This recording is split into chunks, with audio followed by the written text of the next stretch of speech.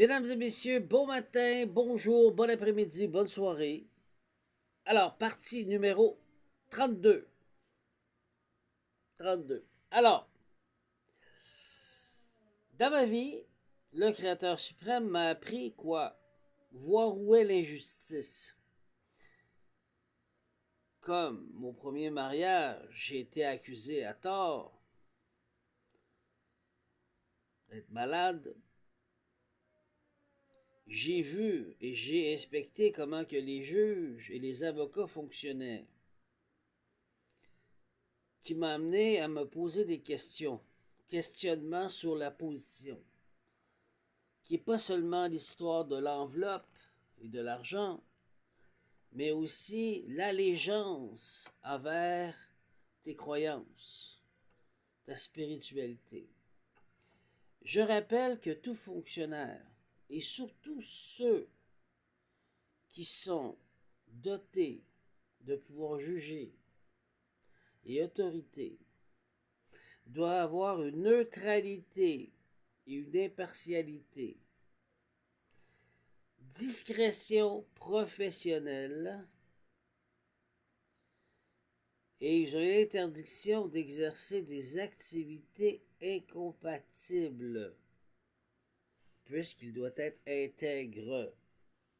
Maintenant, tout le monde a le droit d'avoir sa spiritualité et sa religion. C'est correct. Ça fait partie des droits humains. Le problème qu'il y a, c'est quand tu es fonctionnaire, avec une vie entre tes mains que tu dois juger, c'est là que ça se complexe. Est-ce que ces gens doivent devenir athées? Non, c'est pas ce que je dis. Alors comment on fait? Je suis un homme qui a marché dans le feu, le quatrième. J'ai réactivé, en fin de compte, c'est quoi? Mon ADN, le kirpi, scarabée, kirpi, qui est quoi chez les Grecs? Eros. C'est le premier alchimiste, le grand-père, qui me permet, par le feu, de trouver une solution pour réparer ce qui n'est pas réparable. Trouver la solution là où personne ne la voit, pour pouvoir après la donner à Gaïa, la voilà la solution. J'ai été abusé tout au long de ma vie à cause de ceci. Je trouve toujours les solutions et on me copie sans me donner le mérite et je suis comme un esclave attaché sur une chaîne. Ils font bien avec la nécromancie, avec des gens qu'ils attachent comme des divinités ou même des anges, des archanges. Les démons, archidémons, ils les attachent à une chaîne. Ils ont même fait des films là-dessus. Ce qui m'amène à dire quoi? Pour le peuple et par le peuple et avec le peuple, puisque je suis un membre du peuple, je me suis rendu compte que, à force d'être abusé, que même mon abondance, mes héritages ou mes trosses ne me venaient jamais, ou les propositions. Il y avait une ingéférence de loge, de regroupement spirituel qui me suçait toute mon énergie comme des vampires. Tous mes, tous mes cadeaux, tout ce qui était destiné à moi. Ils investiguaient illégalement sur moi pour savoir où allait venir l'offre, pour me la voler, pour me forcer à rester dans un état végétatif comme un légume, pour être une personne qui a de l'air lente et qui n'a pas d'ambition dans la vie, tout à fait un esclave. Ils ont créé ceci de toutes pièces. Donc, je me sers de mon expertise et de mon expérience et de mon vécu pour pouvoir trancher puis aider mon prochain. Les lois en France, en Italie, en Angleterre stipulent que quand que tu es associé à une loge et tu es un juge ou un policier ou un inspecteur, tu dois t'afficher. T'es un rose-croix, t'es un franc-maçon, tu dois le dire. Puisque si tu juges un autre franc-maçon, il n'y a pas de passe droite. Maintenant, étant québécois canadien, est-ce que ceci s'applique chez nous? Non. Avez-vous compris, les Québécois?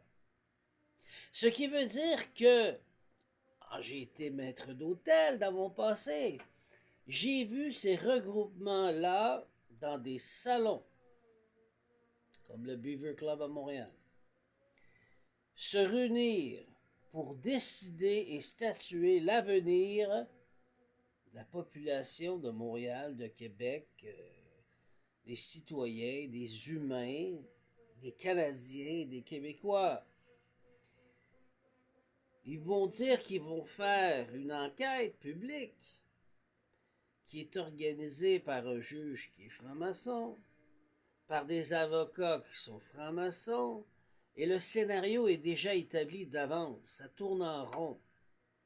Je vous donne un exemple franc-maçon. Ça peut être des néo-druides, comme au Québec, il y en a. La gang à Legault, la CAQ. Comprenez-vous? Ils n'ont pas d'impartialité. Ce qui nous amène à la cour, à la justice. Un juge donne, mettons, 2 ans ou 3 ans de pénitencier à un pédophile, mais un homme qui n'est pas pédophile ou une femme peut lui donner 20 ans pour la même cause. Il y a un problème, il y a anguille sur roche. Et tout ce qu'on a fait au Québec, c'est chialer parce qu'on ne trouvait pas la solution. La solution est la suivante. Nous devons nous unir, pas pour faire une chasse aux sorcières. C'est trop facile, ils vont nous accuser. Mais la politique et la démocratie doivent être neutres. Tu es un franc-maçon, tu as le droit. Tu juges un franc-maçon, tu dois montrer une peine exemplaire, tel que le code te l'oblige. Pas de passe-passe. Si tu le fais, on dénonce, nous, le public. C'est le seul moyen pour reprendre contrôle du pouvoir. Les fonctionnaires travaillent pour le peuple. C'est le temps, c'est le moment de le rappeler. Et partout. Est-ce que c'est la même chose aux États-Unis? Sûrement que oui. C'est mondial. Donc, est-ce qu'on fait une chasse aux sorcières? Non. Mais il y a quelqu'un, à travers nos voisins, nos amis, nos connaissances, qui va dire oui, lui c'est un franc-maçon, ou lui c'est un Rose-Croix, ou lui c'est un néo-druide, ou lui c'est un Illuminati, ou elle c'est ça. Ils ont le droit. Comme moi, j'ai le droit d'avoir mes croyances spirituelles. Mais dans leur jugement, est-ce qu'ils en font toujours des passe-passe pour les mêmes membres de leur loge ou de d'autres organisations? C'est ça qu'on veut savoir.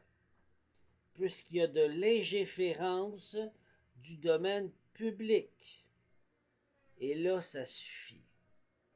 Ils ont pénétré tous les grandes sphères des hauts postes qui se retrouvent que le premier ministre, le président, fait partie d'une loge. Le général de la police fait partie des loges. On a un problème. Les militaires, le général, fait partie des loges. Et si tu n'es pas un franc-maçon, tu ne peux pas y accéder à ces hauts postes. Alors c'est le moment de reprendre leur travail. C'est du domaine public, sans faire une chasse aux sorcières, mais expliquez-vous. Pour forcer à des membres qui sont juges, mais qui ne sont pas francs-maçons, pour dire il y a un problème, vous n'avez pas le droit de faire ça, vous protégez seulement vos membres. Pourquoi Dieu saute et cherche partout différents juges? Parce que les juges sont achetés et corrompus. Voici la réponse. J'en ai été témoin ces 4 dernières années, et même plus, qu'aujourd'hui, mon histoire, je vous raconte ce qui s'est passé et pourquoi je le dénonce haut et fort, parce que nous devons travailler ensemble pour changer les choses. Et voici comment.